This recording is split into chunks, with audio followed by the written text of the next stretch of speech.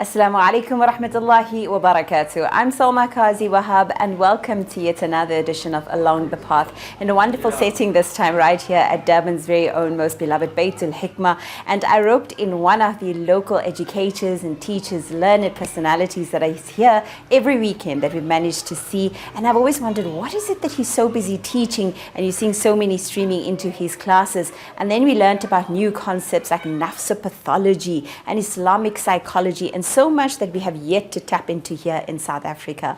But I managed to grab him into the studios today, our makeshift studios, by the Kareem Maliki, former Russian, but now very much South African, and getting to know the South African culture as well. And we're going to talk a little about Islam, spirituality, well-being, how it all meets with faith and who we identify as Muslims as well, and how we live our lives going forward. What an important role to have to channel the minds and the energies of the Muslims today in this day and age. Brother Kareem, Assalamu alaikum and welcome to the program. Wa alaikum assalam. Thank you for inviting, and thank you for everyone who took their time to watch what I have to say.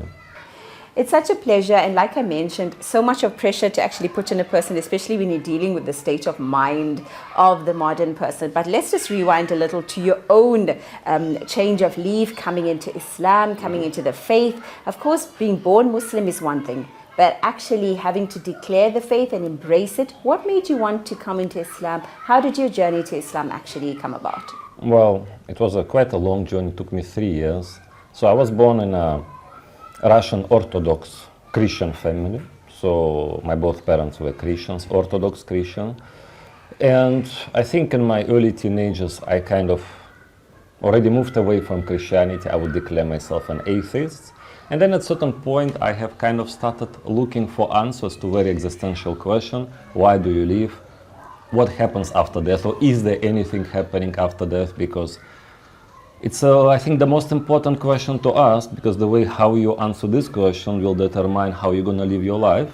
So for 3 years, I was looking, you could say, into two options, one of them being Islam. Another option would be ancient, pre-Christian Slavic belief. This is what you would call paganism, believe in many gods, venerating ancestors, and so forth.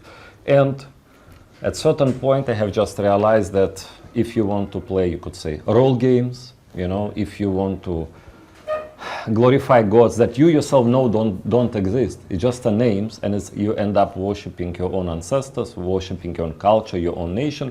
Or you can take religion, which is truth.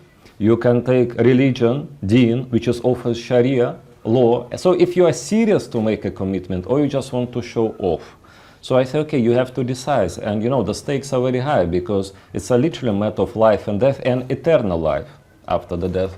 So I said, okay, I have to be honest to myself, and I have to, you know, I have to do justice to myself. So that's how I became Muslim in a nutshell.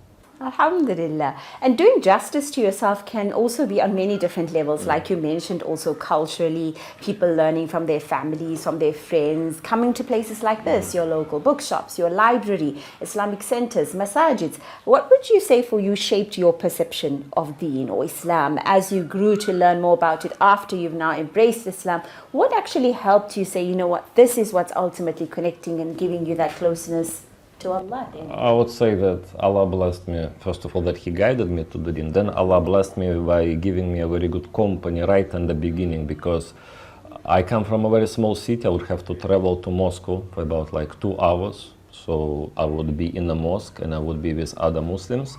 And in that time, it's very easy to get influenced and get off track. So right from the beginning, when I was very fresh, young, absolutely uneducated, and you know, very fragile, it was very easy to manipulate me and move me in any direction. Unfortunately, some people ended up leaving the deen because of that. Right from the beginning, I was blessed with having good company, good teachers who right from the beginning, they, you could say, set me straight. They showed me the right path. They showed me the path of, first of all, Islam, the deen. Secondly, it is correct belief, correct practice. This is what we call Aqidah of Ahlus Sunnah wal Jama'ah, Ash'ari Aqidah, Maliki fiqh, one of the 4 acknowledged madhabs, and also acknowledging tasawwuf, not rejecting the science of spiritual purification, because otherwise, if you're focusing only on the outward, those your inward negative qualities, such as arrogance and hatred and jealousy, they can literally invalidate all your efforts. So right from the beginning, Allah blessed me with the good teachers. Right from the beginning, I was taught correct Aqidah. We, for example, studied Aqidah Tahawiyya, which is a foundational text in the Aqidah of Ahlus Sunnah wal Jama'ah, and I could say that yes, I am Muslim not because of my parents. I made Muslim because I made a conscious choice, and if someone would ask me, I would be able to convincingly, at least for myself, and it's for other people to decide are they convinced or not, I would be able to explain why Islam is the deen of truth. Now, in this modern age, when we find people questioning things more and more, and they're feeling, no, that's going to necessarily give them a better understanding of their faith. It's important to question things or to research things for yourself, your own understanding. You're finding people perhaps in the US looking at Islam a certain way, people in the Indo-Pak region looking at Islam a certain way. When you came into South Africa now, what was your perception of the Muslim identity, or what understanding you think modern Muslims here or in Africa have of Islam or themselves? I think my first impression of Islam in South Africa is that Muslims of South Africa have an idea how blessed and fortunate they are. Sure. In a sense that you would compare to other Muslim countries. South African Muslims have more freedom that in a country which is nominally Muslim, or maybe officially Muslim, where the country would be known as kingdom instead of, for example, a republic, right, which is supposedly more Islamic, right? So South Africans not only free to practice their beliefs, not only they free to eat halal, to build mosques, establish Islamic centers, do dawah, they also free to participate in the social affairs, to politically voice their opinion, like we all know how strong South Africans are in supporting Palestine. It's certain things which are literally illegal in many so-called officially Muslim countries. So really, South Africans don't understand or don't fully appreciate, don't fully realize all the opportunities they've been given in terms of growing themselves in the deen and also inviting others to the deen and establishing the deen in this country, opening the eyes of people to the beauty of Islam and the blessing of Islam. And I would tie that with my next thought is understanding Islam not just in a linear approach, but almost more holistic. Right. And it ties in perfectly to your understanding with Islamic psychology and other aspects. Right. How important do you think that is for the average Muslim today to look at Islam with a wider lens? Well, what I have, because besides teaching Islamic psychology and Arabic, I'm also student of Islamic studies and teacher of Islamic studies, and I can tell you, well, there's a big gap here. So I should say we, I don't want to, raise myself above, we collectively as a ummah, and now I can say us as the people who claim relationship to knowledge, scholars, student of knowledge, I think we're doing something what in Arabic it's called taksir, which is meaning not doing what you're supposed to do. You are not fulfilling your full obligations, because if you take Muslim on average, yes, person went through madrasa, a person maybe learned how to recite Quran, some du'as, some basic adab and akhlaq, but there is no bigger understanding what is the deen of Islam, or what does it mean to believe in Allah and believe in His messenger. So you ask a Muslim on average, why are you Muslim? Person will say, well, I'm Muslim because I was born Muslim. That's not an acceptable answer.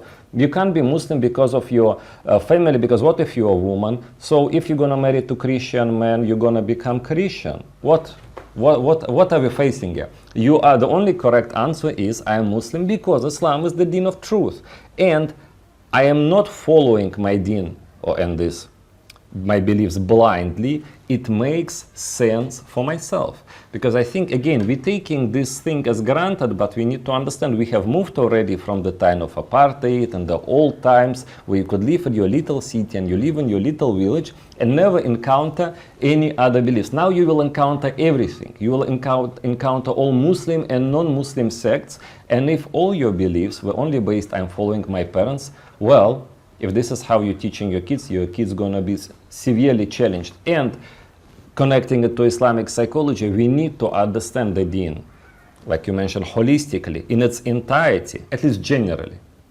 So we would be able to branch out and connect from what is the deen to what is Islamic medicine, what is Islamic psychology, what is Islamic entrepreneurship, what is Islamic social work, Because all those things, literally every our action is classified within 5 categories. Obligatory, recommended, permissible, halal, disliked, and haram. So everything what we do falls within these 5 categories. And we need to have this helicopter view of what the deen is, so then we could go on in our life, and then we can venture into different spheres, like I decided to venture into Islamic psychology. The helicopter view. Touching on Islamic psychology, I think what we're going to do is straight on the other side of this, we're going to delve more into Islamic psychology itself, the concept of nafs pathology, an interesting one, of course, has a lot to do with one's sense of self and nafs and understanding yourself better. And also we might learn a thing about Arabic or two. For us English-speaking people, I think it's important, and the time has come for us to embrace the language of the Quran, inshallah, and understand Arabic better. Let us manifest that for this year. All that and more on the other side of this. Assalamu alaikum wa rahmatullahi wa barakatuh. I'm Salma Kazi Wahab, and welcome back to Along the Path. Joining me today is Brother Kareem, Maliki, and we're getting very into this conversation now about Islamic psychology, something that we are seeing more and more of these days. You are finding people wanting to do little courses in Islamic psychology and wanting to understand. I'm somebody myself who studied psychology, so I want to understand now the difference in what you're introducing to people and what's the need for analyzing the nafs. What does it have to do with psychology? Okay, so how is it different and why it's needed? Great question, $1 million question. How is it different is, and I would say, Islamic psychology really is not me trying to brand psychology for Muslim, right? That would be different. That I would call it Muslim psychology. I would take the same course which is taught in universities. I would say, if this is a Muslim therapist, let Muslim therapists work with the Muslim clients. This is not what I'm talking about. I'm talking about psychology, which is treating emotional, psychological problem, anger, anxiety, depression, obsessive compulsive disorder, shame, guilt, jealousy, and everything what goes with it. How to treat it? Based on assumptions, I would even say presuppositions that we share as Muslims. Because really, you would hear stories like this, like clients would tell that Muslim facing psychological problem, Muslim or Muslimah. You go to the therapist, you are not on the same page. Because, for example, let's say there is a woman is facing some family crisis and going to see a therapist. Therapist is a Christian or not a Muslim. The value system is absolutely different. So you're not happy with your husband? Fine, just go have an affair outside, because it's about you being happy, right? Or you're not happy, you can go and proceed straight to divorce immediately. No, nothing to worry about. Or on the other side, let's say you're going to a Christian therapist, and Christian believes that no, marriage is sacred to the point that divorce is impossible. So Christian will tell you, okay, you need to, what Christians call, you need to carry your cross. You need to endure, you need to continue suffering and being miserable. Why? For the higher purpose. None of those things are correct from what I believe Islam is, because we are guided with Islamic belief, Islamic practice, and Islamic, what you could say, values, and what certain things mean for us. So, and I think for many people it would be quite shocked that Islamic psychology is that, because when I would work with my clients, I would have, for example, spouses coming to me, and the problem could be the same, which is anger or anxiety, doesn't matter. And in some cases, I say, we had a successful session. Why? Because then they managed to resolve their problems and the anger problem is gone. And in some cases, I say, that we had a successful session because as a result of the session, wife applied for divorce. It's wrong.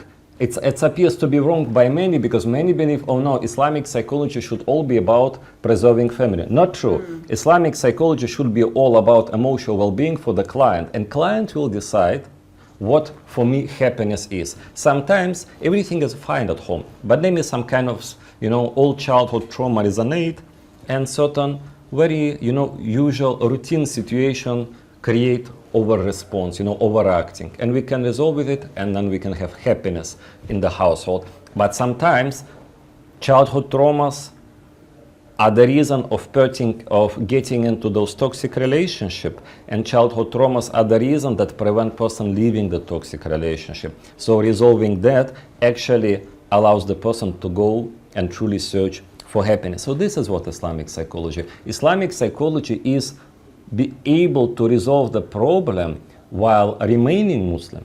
Secondly, and because if we are guided by the Sharia, Sharia is given to us by our Creator. So Sharia is ultimately the path for happiness in this world and the next, but in this one as well. Because if you're guided by Sharia, you're okay. You're okay in your family life, in your business transaction, even on your own with the Creator. So this is, in a nutshell, what Islamic psychology is.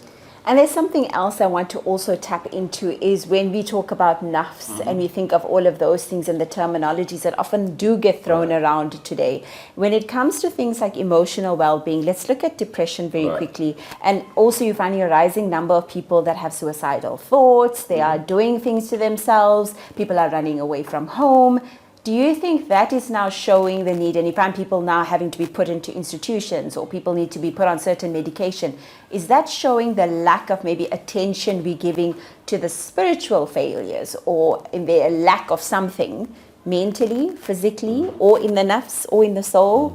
Does that need to be tapped in more? Maybe we're not paying enough attention to that, and that's why the state of human beings today is such? I think we are paying lots of attention to it, but we don't have the right solution. Because the currently, honestly, like medicine, medical field, because it's all medicalized now, psychology, right?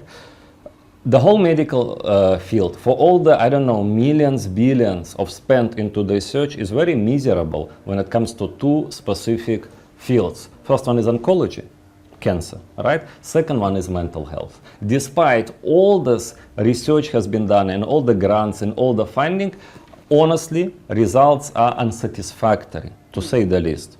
So yes, the problem exists. We're kind of already trying to talk about it. I think there is some attention given. We don't have a solution to the problem.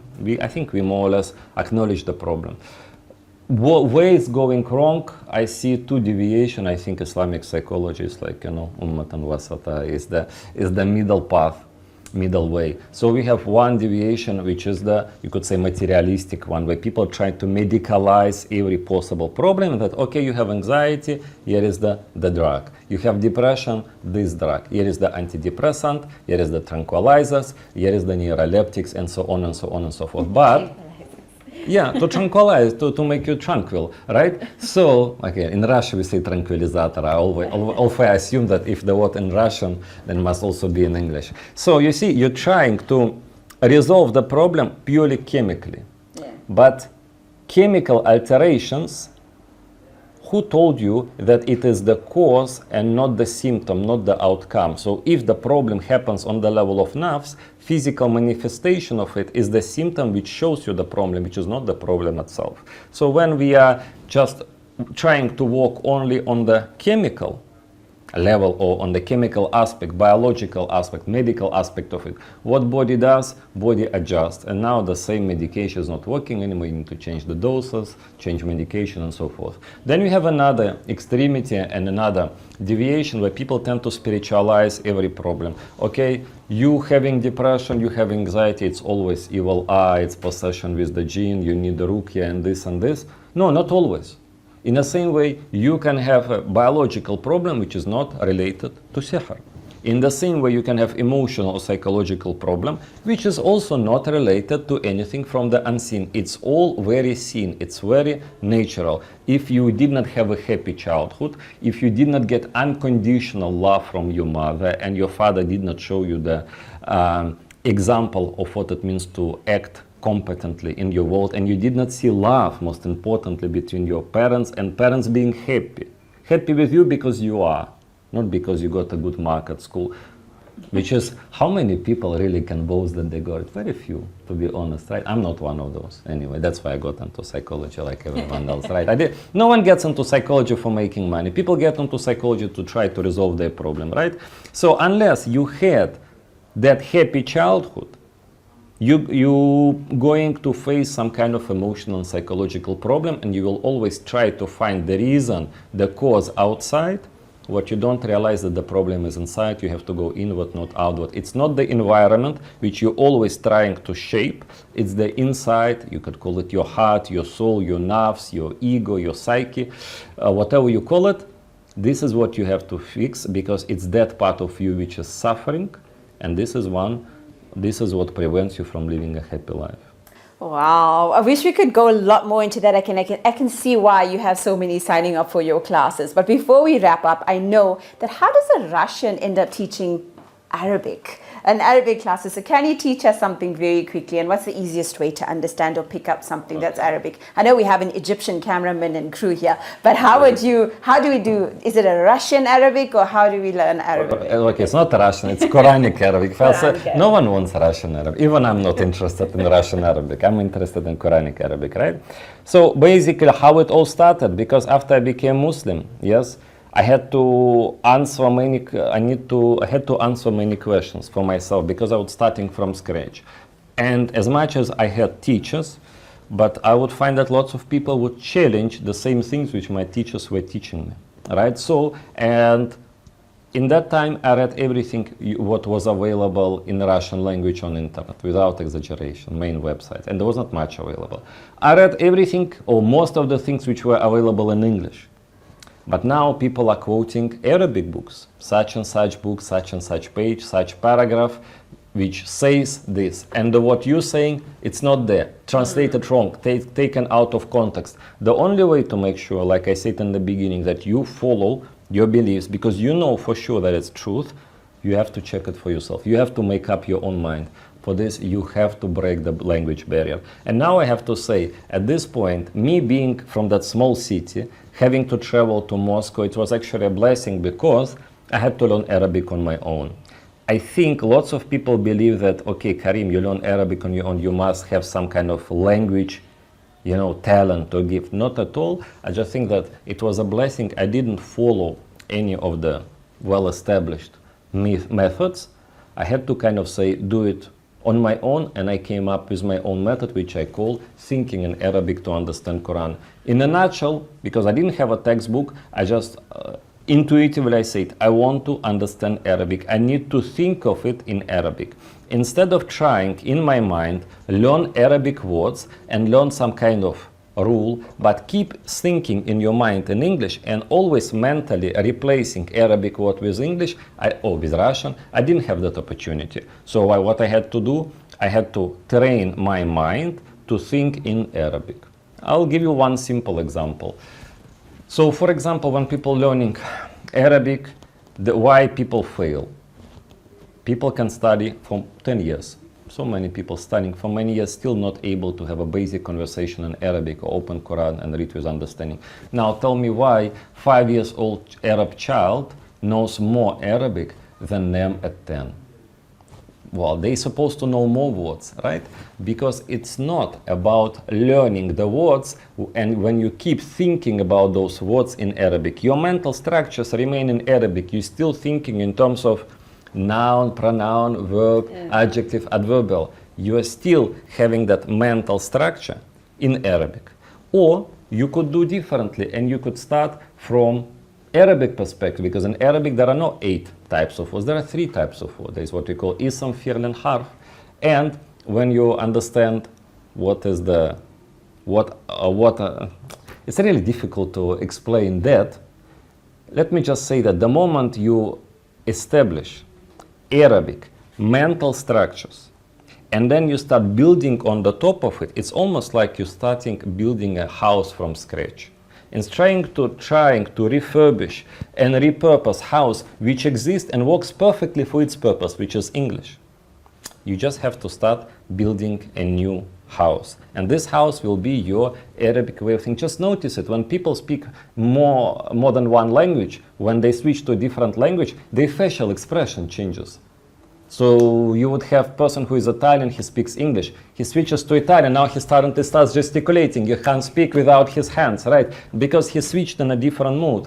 Gesticulation changes, facial expression changes, mood changes. So that's what happens to us when we are truly learning Arabic, when we are truly expressing ourselves in Arabic, when we are thinking in a different language. So this is what I would like to transmit to my student. Ability to switch from English to Arabic and speak natively, not mentally translating every word, because honestly that method is not working, and I think 99% of people who try to learn Arabic have not been satisfied with the outcome. I think it's the best proof.